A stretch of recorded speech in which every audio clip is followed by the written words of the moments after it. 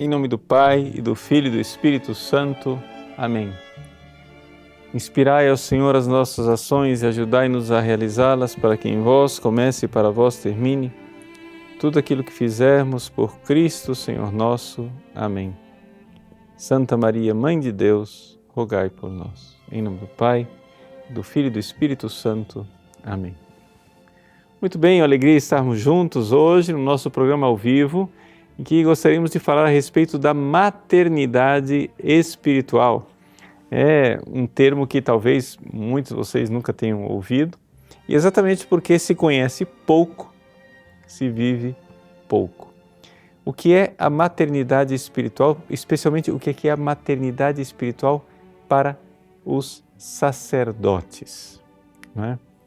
É um relacionamento espiritual em que algumas mulheres, porque trata-se especialmente de mulheres, né, assumem para com sacerdotes aquela mesma missão que a Virgem Maria tinha para com Jesus, o sumo sacerdote.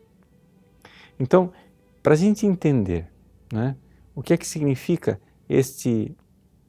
esta vida de sacrifício e de oração das mães espirituais dos sacerdotes, nós precisamos então primeiro olhar para a fonte de tudo, que é Nossa Senhora com Jesus, tá bom? Então vamos começar explicando a coisa na sua raiz, para depois transportar isso, claro, de forma bastante imperfeita, para as pessoas imperfeitas que somos nós, padres ordenados e mulheres que hoje, no século XXI, se oferecem a Deus pela santificação e pela eficácia ministerial dos sacerdotes, tá bom? Então vamos lá. A primeira coisa que a gente tem que explicar é o que Jesus fez na cruz. Por quê? Porque Jesus na cruz, ele ofereceu a Deus o mais perfeito sacrifício. Na cruz, Jesus era sacerdote e vítima, né?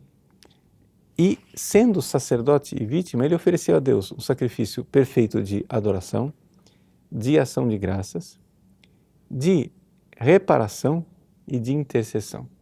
Essas são as 4 características que a gente precisa ter bem, né, diante dos olhos, porque é isso que vai ser vivido depois pelos padres e pelas mães espirituais, né? Então, o que é que Jesus fez na cruz? Ele, claro, nos salvou, né?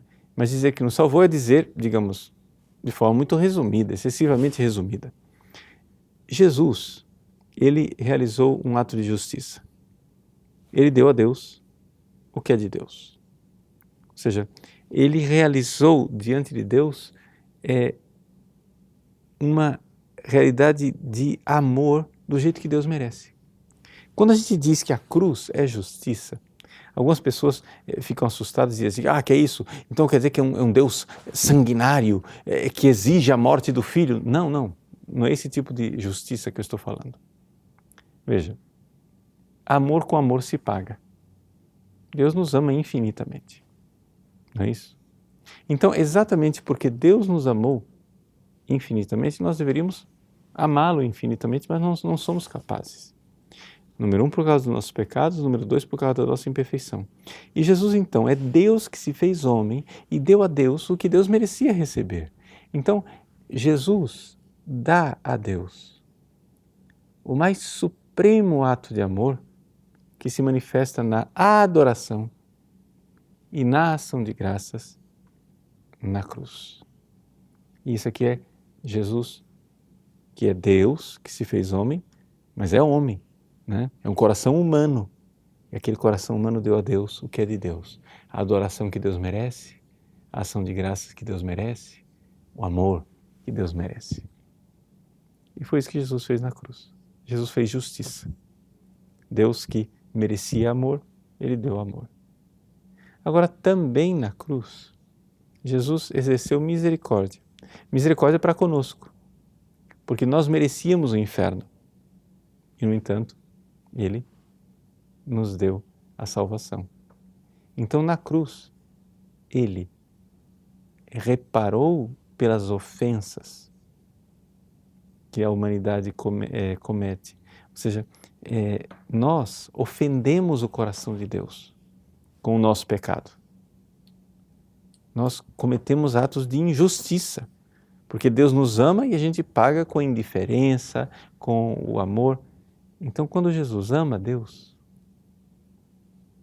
é como se aquele amor infinito de Cristo apagasse a fogueira, né, das misérias e das ofensas. Compensa tudo. E não somente Jesus reparou, como Jesus também intercedeu. Pai, perdoa, eles não sabem o que fazem. Então Jesus pediu por nós, pede, intercede por nós. Então esse é o sacrifício da cruz. Unido a esse sacrifício de Cristo na cruz está Nossa Senhora. Nossa Senhora estava lá, unida nesse mesmo sacrifício, em adoração, em ação de graças, em reparação e em intercessão. Mas com um acréscimo, uma coisa que Jesus não podia ter ali aos pés da cruz, ela realizava um sacrifício de fé. Sim, porque Jesus não tinha fé. Jesus é Deus que se fez homem, ele não pode ter fé. Mas a Virgem Maria, que não é Deus, ela podia fazer o sacrifício da fé ali aos pés da cruz. Então por isso ela é chamada de corredentora, porque ela se une ao sacrifício do Redentor. Pois bem, nesse contexto de nossa salvação, ali aos pés da cruz estava também um sacerdote ordenado, São João.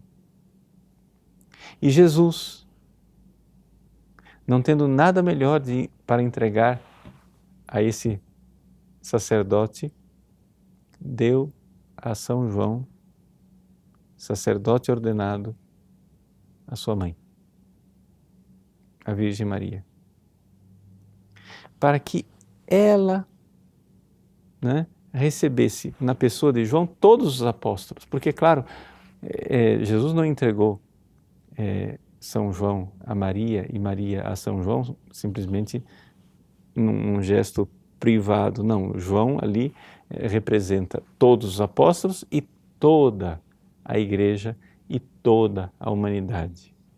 Bom, mas vamos focar na questão dos apóstolos. São João então está ali e recebe Nossa Senhora. E Nossa Senhora recebe João. Então, Jesus, que instituiu o sacerdócio na última ceia, que ordenou os 12 apóstolos na última ceia, ele também, podemos dizer assim, muito figurativamente, instituiu a maternidade espiritual dos sacerdotes quando deu a Virgem Maria a São João. Claro, não é um sacramento, pelo amor de Deus. A maternidade espiritual não é um sacramento, mas quando Jesus deu Maria a João e João a Maria, diz o padre Garrigou Lagrange, deixa eu pegar aqui o livro, eu tenho em inglês, The Priest in Union with Christ, o sacerdote em união com Cristo, e com união com Cristo, sacerdote e vítima. Então ele diz, num dos seus capítulos a respeito do sacerdote e a Virgem Maria, que quando Jesus entregou São João à Virgem Maria e a Virgem Maria a São João, ele também deu a graça, de tal forma que Maria naquele momento recebeu todo o amor, pela humanidade ali representada por São João, mas ao mesmo tempo também São João recebeu a graça de um amor especial pela Virgem Maria. Isso está na página 119, quem depois quiser olhar e meditar sobre isso. Ele, então, ali, Jesus faz algo, e algo que irá afetar a humanidade para todo sempre. Primeiro que os sacerdotes, sem dúvida nenhuma, são filhos prediletos da Virgem Maria. Mas ali Jesus está mostrando que é necessário, para fecundar o apostolado dos sacerdotes, é necessário a presença da Virgem Maria. Então, quando Jesus sobe aos céus, ele deixa Maria aqui nesse mundo para que ela ofereça, né, orações e sacrifícios, vamos usar a linguagem técnica, para que Maria pudesse, né, assim, merecer as graças que a igreja precisava nesse momento em que a igreja estava nascendo. A igreja nascente, ela precisava de graças especiais, de mais milagres, mais eficácia na pregação, para que ela pudesse, né, nascer de verdade, brotar, florescer. Pois bem, a igreja nascente precisava da Virgem Maria. Mas aqui então, a gente vê que realmente existe essa necessidade, não é, de que o padre e leigos, principalmente essas mulheres configuradas ao coração da Virgem Maria, sejam instrumentos nas mãos de Deus. E que tipo de instrumento? Veja, todo padre, ele é causa instrumental nas mãos de Jesus, porque é ele quem batiza. Quando aquele padre batiza, é Jesus quem batiza. Quando o padre celebra a missa, é Jesus quem celebra a missa. Quando o padre perdoa os pecados, é Jesus quem perdoa os pecados. Então o padre, ele é causa instrumental. Mas ele não é somente sacerdote. Ele, para ser existencialmente sacerdote, como Jesus era sacerdote, ele também precisa ser vítima. E aqui está o grande problema, né? E que na formação dos sacerdotes.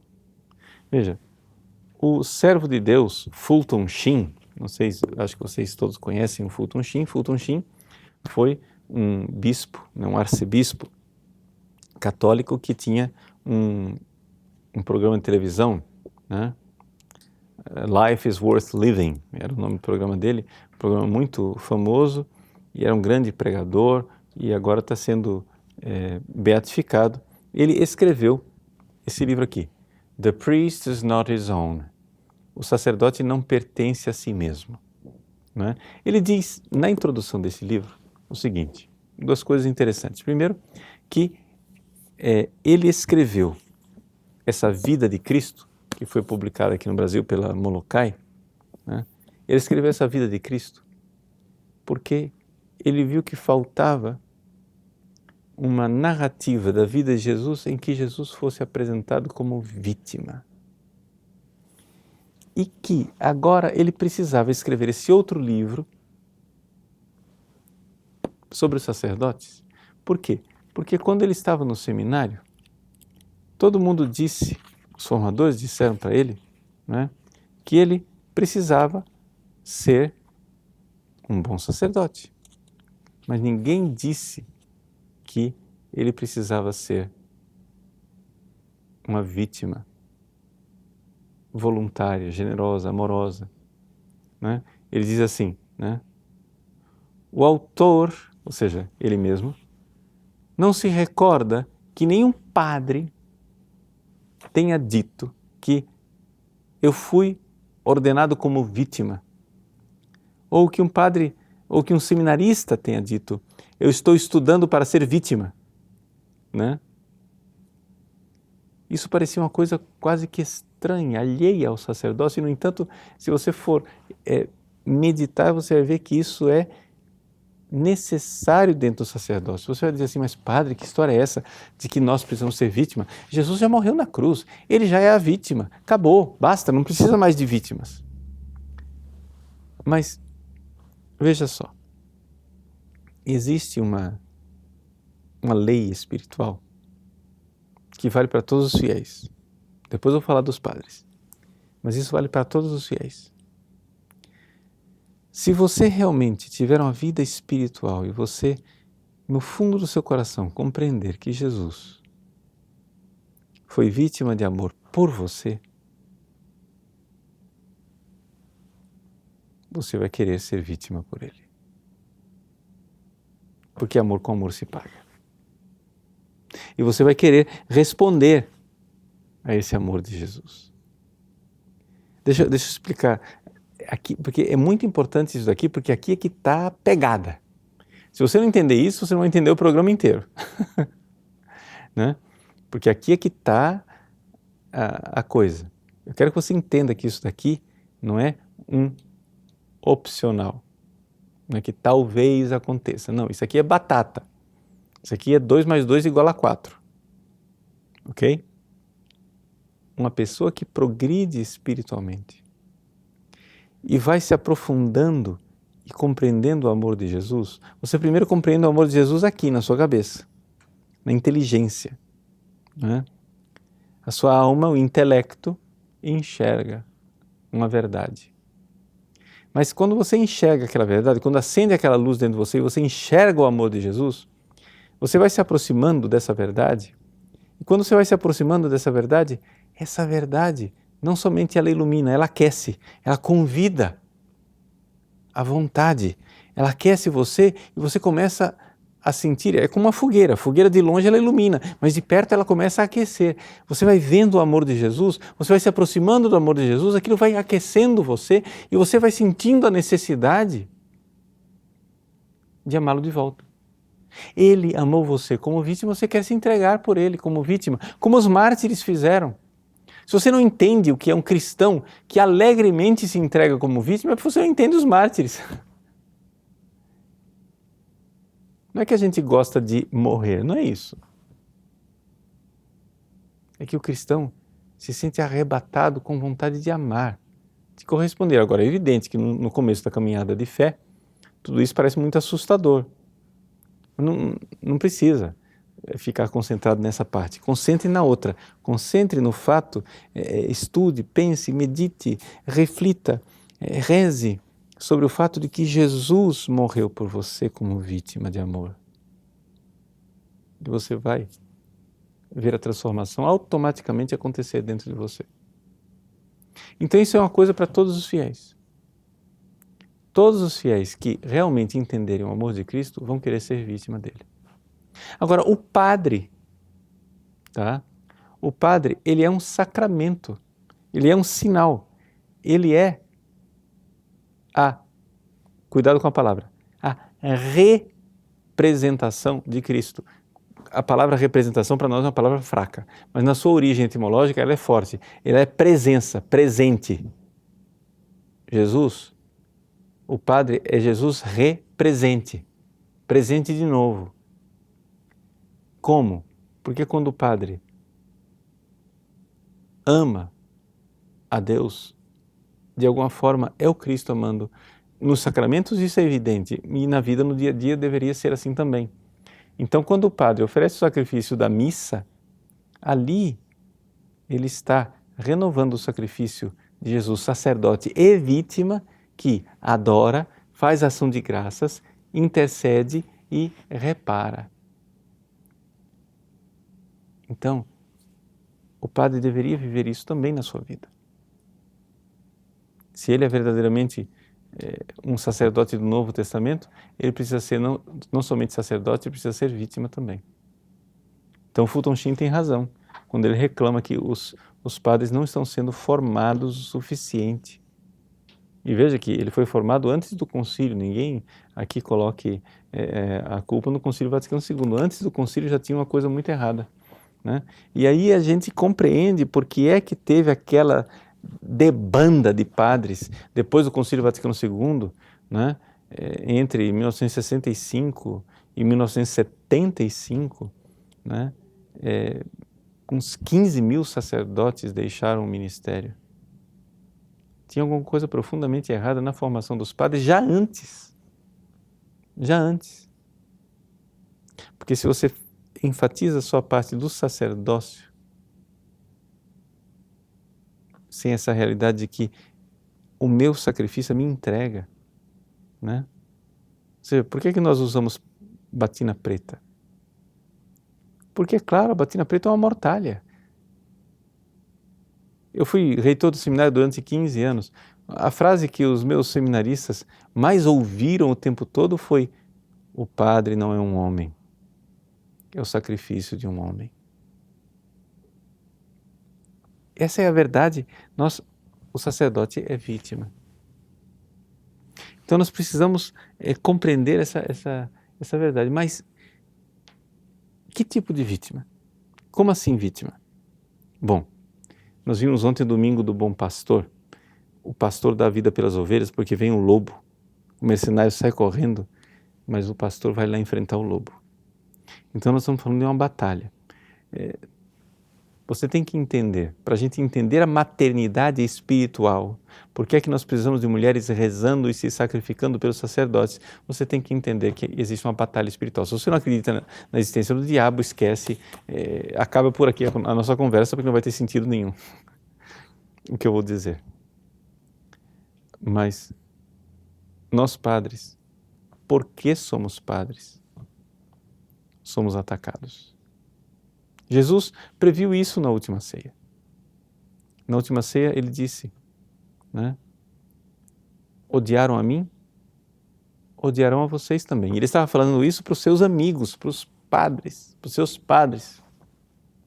Né? Claro que o mundo odeia também os cristãos em geral, mas sobretudo os padres. Então aqui nós temos o grande ataque de Satanás contra os sacerdotes. Porque se nós não valorizamos o sacerdócio e não sabemos a importância do sacerdócio, Satanás sabe a importância do sacerdócio. Porque o que seria da igreja sem a Eucaristia? O que seria da igreja sem a confissão? Não é? Então, nós precisamos, sem padres nós não somos nada. Sem os padres que lavam os nossos pecados no confessionário, como aquele bom pastor que enfaixa, né, as ovelhas feridas e dá remédio para elas, sem os padres que nos dão a Eucaristia, a igreja estaria perdida. Então nós sacerdotes somos atacados. Então, para fazer uma comparação aqui num campo de batalha, no campo de batalha na antiguidade, né, havia um cargo importante que era o porta-bandeira, né, o alferes. O alferes é aquele que é o porta-bandeira, aquele que carrega, né, a bandeira, o estandarte, o porta-estandarte. Por quê?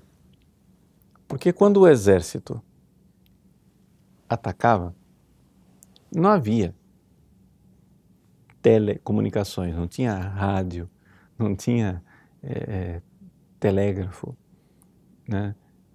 Não tinha telefone, nada disso. Então como é que você vai passar uma mensagem para as pessoas para dizer, olha, está indo naquela direção? Você precisa de uma bandeira. Então, o porta-bandeira, o porta-estandarte recebia a notícia, então vão e ataquem naquela direção. E então ele ia e as pessoas iam atrás da bandeira. Os soldados iam atrás da bandeira. Portanto, a pessoa que carrega o estandarte, a bandeira, ele era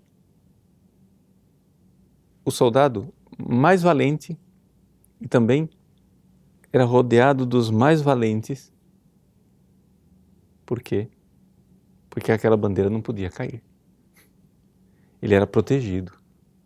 Então, o que é a maternidade espiritual? Na batalha que a igreja vive, o padre é o estandarte. É aquele que carrega o estandarte, é aquele que diz para onde vão os fiéis. Qualquer um enxerga que uma paróquia onde um padre esteja desorientado, os fiéis também ficam desorientados. E ferido o pastor, se dispersam as ovelhas. Então, o diabo vai e ataca os sacerdotes. Então nós precisamos de pessoas que rezem, que ofereçam seus sacrifícios, que estejam ao redor do padre, não é? Para que o padre seja protegido, não é? Dentro dessa realidade da sua missão espiritual. E esta é a missão das mães espirituais. Mas ainda não vou falar das mães espirituais especificamente. Vamos em frente. Então vamos ver o padre. O padre, ele, por estar nessa posição de risco, ele necessariamente já se oferece como vítima. Veja, o negócio é o seguinte, ou você se oferece como vítima, ou você vai ser vítima sem se oferecer. A coisa é simples. Essa história de que o padre é vítima, assim, o padre vai ser atacado. Isso é líquido e certo, não tem como. Então, ou você faz isso voluntariamente, né, amorosamente, para que isso tenha um efeito espiritual, ou você vai ser atacado e vai ser vítima sem querer. E terrível serão as consequências para você, que é sacerdote e não quer se oferecer como vítima. Mas tá bom. Veja, porém, onde é que está a luta. Não é? A luta está no fato que o padre, ele é causa instrumental, porque ele dá os sacramentos, mas ele deveria ser também causa meritória. Porque São Paulo diz, eu completo no meu corpo aquilo que falta à paixão de Cristo. Quer dizer o seguinte, que Jesus mereceu a nossa salvação, mas ele também mereceu para nós a graça de nós podermos merecer. O que é o princípio do mérito? O que é isso? É o princípio do amor. Nós podemos amar. Ou seja, Jesus já amou infinitamente, mas isso não nos dispensa de amar. Ao contrário, Jesus nos amou infinitamente e nos amou tanto que Ele nos deu a graça de nós podermos amar também. E amar é eu me oferecer em sacrifício. Quando você se sacrifica pelas outras pessoas, você está amando. Aí você diz, padre, eu não tenho força, eu não consigo. Sim, mas aí que está. Nós precisamos pedir isso, né? Precisamos pedir isso e aí o padre precisa também se oferecer como vítima. E aí ele vai não ser somente causa instrumental, ele vai ser causa meritória. Diferença entre causa instrumental e causa meritória. Naquela comparação que eu já fiz algumas vezes aqui nos programas. Você imagina que tem um escravo e tem uma senhora bondosa que trabalha a vida inteira para ganhar dinheiro, para comprar o escravo e libertá-lo. Aí ela, depois que ela trabalhou a vida inteira, ela vai entregar aquele dinheiro nas mãos de um office boy. O office boy vai lá, compra o escravo e liberta, pronto. Ela foi a causa meritória da libertação do escravo. Ela mereceu com o trabalho dela a libertação do escravo. O office boy foi causa instrumental, ele só foi o instrumento que levou o dinheiro daqui para ali. Ele não fez nada. Então veja, o padre, ele não pode ser somente causa instrumental, ele tem que ser também, deveria ser também causa meritória. Por isso São João Maria Vianney. São João Maria Vianney, o padroeiro dos párocos, o que é que ele fazia para converter a sua paróquia? Fazia penitências, fazia jejum, só comia batata, dormia no chão, se flagelava, acordava às 2 da manhã para rezar, rezava até o meio-dia, depois de 10 horas de oração, aí ele saía para fazer alguma coisa. Ora, esse homem, ele não somente foi causa instrumental da conversão da sua paróquia, ele mereceu a conversão da sua paróquia, através do amor, o grande amor e a sua grande entrega. É uma coisa linda, uma coisa maravilhosa. Agora, vamos lá. O padre fazer isto sozinho, tudo bem, pode ser, mas não foi o que Jesus quis. Jesus quis, ao entregar João à Virgem Maria, quis que houvesse mulheres que estivessem ao lado do sacerdote nesta missão, nesta luta de carregar a bandeira, nesta missão de ser causa instrumental e causa meritória que leva à salvação para a igreja inteira. Sabendo que o padre é mais atacado, ele precisa também ser mais ajudado e mais protegido espiritualmente. Essa é a maternidade espiritual. Então, inúmeras pessoas santas, né, mulheres santas ao longo da história da igreja, se ofereceram a Deus pela salvação dos padres. Então, eu quero aconselhar para vocês um PDF que a equipe está colocando aí à disposição para vocês, da Congregação para o Clero, né? Um PDF de um livreto que foi inclusive publicado pela Paulus aqui no Brasil. Você pode até encontrar nos sebos aí, talvez estante virtual, alguma coisa assim, porque está fora do prelo já, porque é de 2007. Um livrinho que foi apresentado pela Congregação do Clero, na época que era Dom Cláudio Rumes, que era o cardeal perfeito da Congregação do Clero, e o Dom Mauro Piacenza, que agora é cardeal, na época era o secretário. Ali eles explicam, chama-se Adoração Eucarística pela Santificação dos Sacerdotes e Maternidade Espiritual.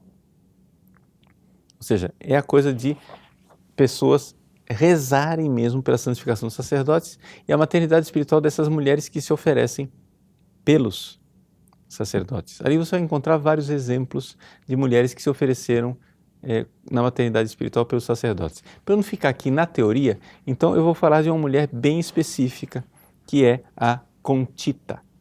Quem é Conchita? O nome dela é Maria da Conceição, que o apelido mexicano, né, é Conchita. Conchita é o apelido carinhoso de Conceição, né? Maria Conceição Cabrera de Armida. Nesse livrinho aqui, que é publicado pela gráfica editora América, Conchita Maria Concepción Cabrera de Armida, O Segredo, Renovação da Igreja e do Mundo, um amor apaixonado, uma confidência de ternura e amor. Né? São pequeninos trechos dos escritos de Conchita, que eu já vou dizer quem ela é, que foram publicados. Nessa publicação aqui, eu só quero dizer o seguinte, que está escrito aqui no título que ela, Maria Concepción Cabrera de Arminda, não é Arminda, é Armida, sem N. Tá? Quem foi Conchita? Conchita foi uma mãe de família. Já coloco aqui para ficar bem claro que essas mães espirituais elas podem ter qualquer estado de vida. Podem ser virgens consagradas, podem ser mulheres solteiras, podem ser mães, podem ser viúvas. A Conchita era uma mãe de 9 filhos. Ela casou-se com o seu marido, que chamava-se Francisco Pancho, né? o apelido. Casou-se com Pancho, teve 9 filhos e ela foi assim agraciada por revelações de Jesus que falava muito a ela. E essa mulher escreveu tanto que o volume dos escritos dela, em número de páginas, né, é igual ao volume escrito por Santo Tomás de Aquino. Você tem ideia que é uma biblioteca, é um negócio absurdamente grande. E o que é interessante, os filhos dela nunca viram ela escrever. Que ela escrevia no quarto, escondida. No entanto, a mulher escrevia, e Jesus falava com ela e não parava de falar. Bom, ela, você diz assim, padre, mas ela amava tanto Jesus, por que ela não se fez religiosa? Olha que lindo. Ela disse assim, Jesus, eu não dou conta de amar. Eu não vou conseguir vos amar como mereceis ser amado. Portanto, Senhor, eu irei me casar para que os meus filhos vos amem. Ela pretendia que os filhos dela amassem Jesus com maior generosidade e com maior perfeição do que ela mesma. Então ela resolve ter filhos numerosos. E teve 9 filhos. Nesse processo, porém, Jesus foi revelando que os filhos que ela precisava realmente ter eram sacerdotes. E ela começou então a rezar pelos sacerdotes e se oferecer pelos sacerdotes. Né? Eu não vou aqui entrar em detalhes das as visões e revelações específicas da vida de Conchita, que vocês podem depois procurar. Tem inclusive vídeos no YouTube, em espanhol, claro, né, feitos lá no México, porque ela foi usada por Deus para criar 5 obras, ou seja, inclusive congregação religiosa de mulheres, congregação religiosa de homens, né, que ainda existem, tem vocações lá no México. para realizar essa obra espiritual da santificação dos sacerdotes, através do mistério da cruz, do oferecimento de si no mistério da cruz. Então, Conchita se ofereceu pelos sacerdotes. E um dos filhos dela foi sacerdote, né? E ele escrevia para ela, porque ele, exatamente como sacrifício, ofereceu a Deus o sacrifício de nunca mais voltar para a sua família, ficou na Europa.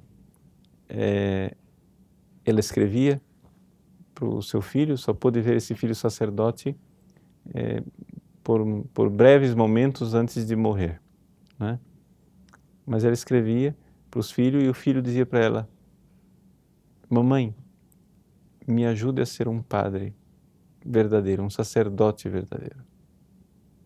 Por quê? Porque o coração dela era um coração sacerdotal. Aqui é importante muito cuidado com as palavras, porque ela não foi, evidentemente, essas almas, as almas das mães espirituais, elas não foram agraciadas com a ordenação sacerdotal, mas foram agraciadas com um coração sacerdotal.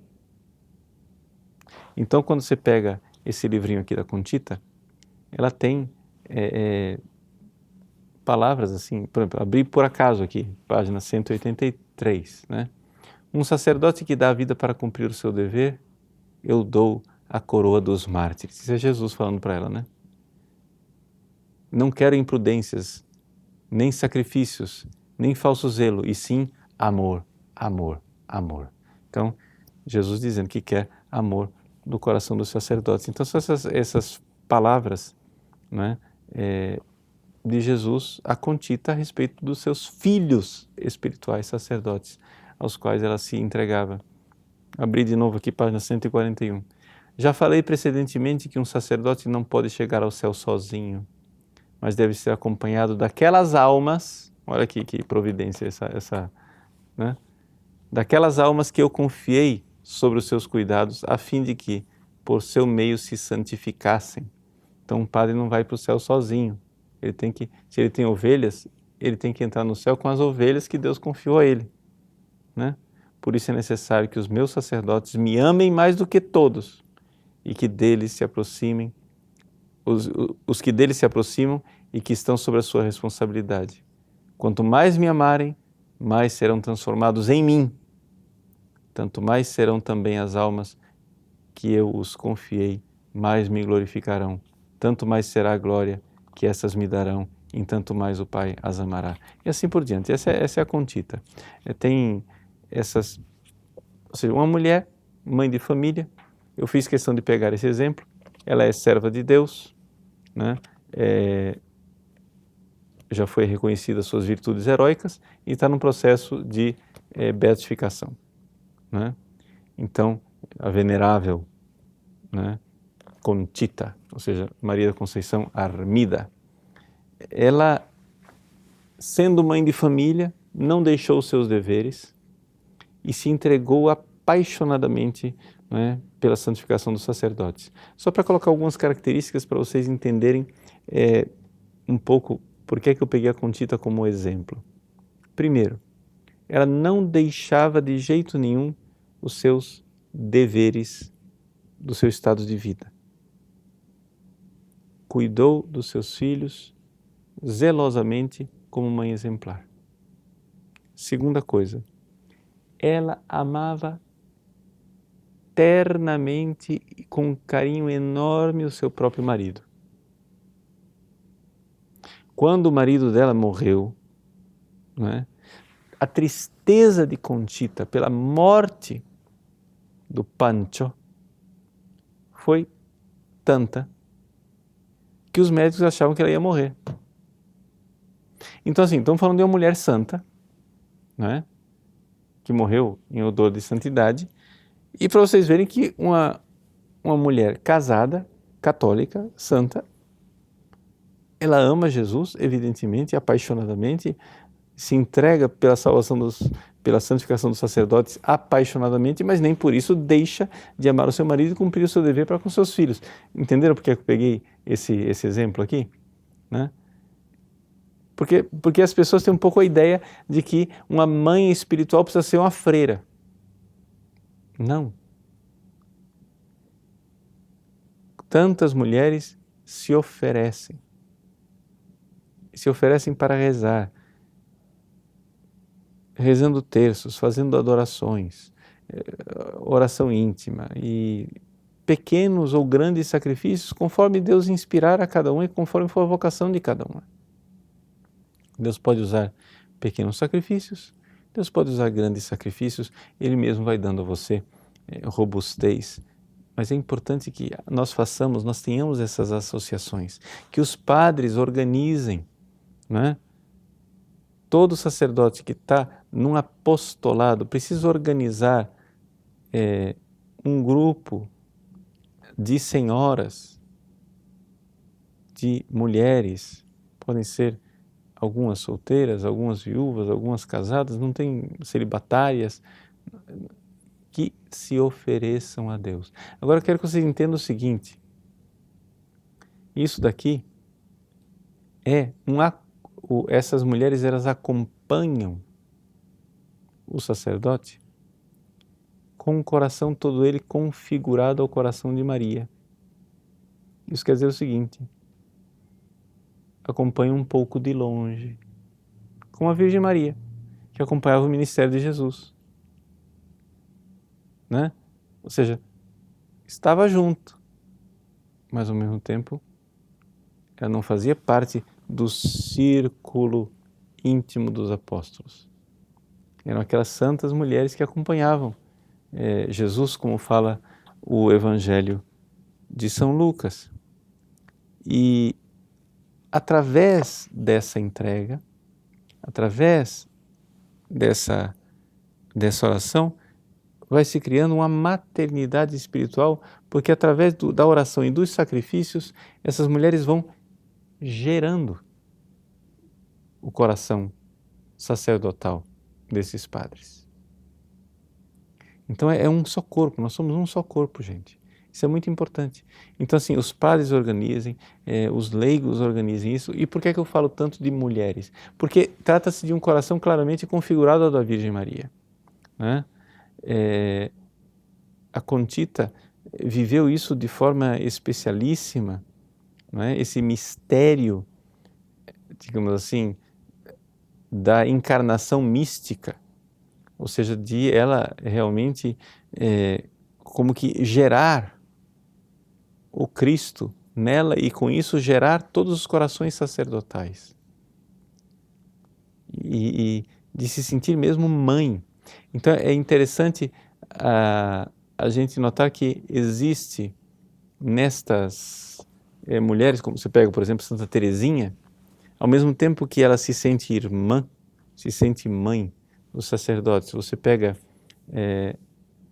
as cartas de Santa Teresinha para o padre Adolfo Roland ou para o seminarista Maurice Bellière, você vê claramente como ela rezava e se oferecia, ela vivia a sua vocação carmelita, sabendo que no apostolado e na vida sacerdotal daqueles homens, ela estava salvando almas. E é por isso que Teresinha foi proclamada como padroeira das missões. Uma mulher que vivia numa clausura atrás das grades, como padroeira das missões. Porque ela sabia que o seu sacrifício e a sua maternidade espiritual gerava almas sacerdotais que estavam salvando almas no mundo inteiro. Essa é a beleza do corpo de Cristo. Essa é a beleza de sabermos que nós somos um só corpo. Tá bom? Então, que no sacrifício que o Padre oferece de sua vida, ele não está sozinho. Mas nós somos esse corpo, né? Esse corpo místico de Cristo, em que, claro, mães espirituais que já estão no céu, como a Virgem Maria, Santa Teresinha, Conchita, nos acompanham porque se ofereceram por nós e continuam a interceder por nós, mas também outras mães espirituais aqui nesse mundo rezam, se oferecem, se sacrificam e fecundam o sacerdócio, né? Quantas e quantas vezes, por exemplo, quando eu visito os mosteiros carmelitas, né? Os carmelos, eu digo para aquelas monjas que nós somos um só corpo e que o meu apostolado aqui no site depende, né, verdadeiramente, diretamente do sacrifício que elas fazem. Então, assim, é uma coisa tão bonita, porque é interessante que o padre, para essas pessoas, ele é pai espiritual e ao mesmo tempo é filho. E essas mulheres são mães espirituais e ao mesmo tempo filhas. É a beleza dessa família espiritual, né, que tem toda essa riqueza de relacionamentos que não dá para enquadrar dentro daquilo que são as funções de uma família biológica. Então, quero aqui deixar essa mensagem desse programa para vocês, pedindo mesmo que vocês se organizem, façam, né? Que tenhamos muitas mães espirituais que não somente rezam, porque eu sei que muitos de vocês já rezam, mas não é só questão de rezar, é questão também de se oferecer, né? Oferecer sacrifícios pequenos, grandes, conforme Deus foi inspirando, vá oferecendo pela santificação e pela eficácia do ministério dos sacerdotes. E aí, o que é que essas mulheres vão fazer concretamente? Aquelas 4 coisas que eu falei no início do programa. Primeiro é necessária a adoração. Então, bem concretamente, né, as mães espirituais precisam fazer adoração no Santíssimo Sacramento, estar presente junto a Jesus, porque os próprios sacerdotes precisam também estar junto do Santíssimo Sacramento.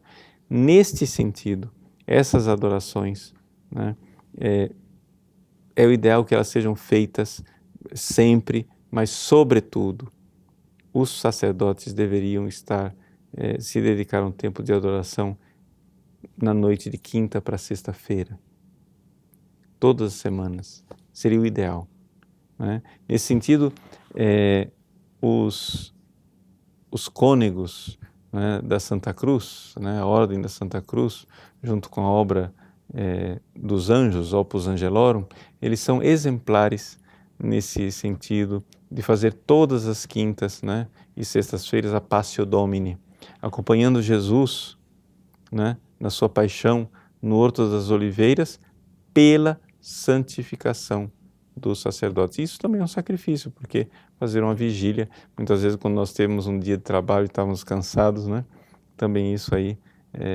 mas é importante que os sacerdotes, né, façam essa adoração, também eles, reclinando sua cabeça no peito de Jesus, como São João o fez na última ceia. E, além da adoração, a ação de graças. Porque, claro, Deus concede tantas graças de conversão e essas graças precisam ser agradecidas. Nós não podemos ser ingratos. Nós precisamos agradecer a Deus por tudo que Ele faz, por cada dia de perseverança de um sacerdote, por cada alma que se converte e que é resgatada. Nós precisamos agradecer a Deus, agradecer muito.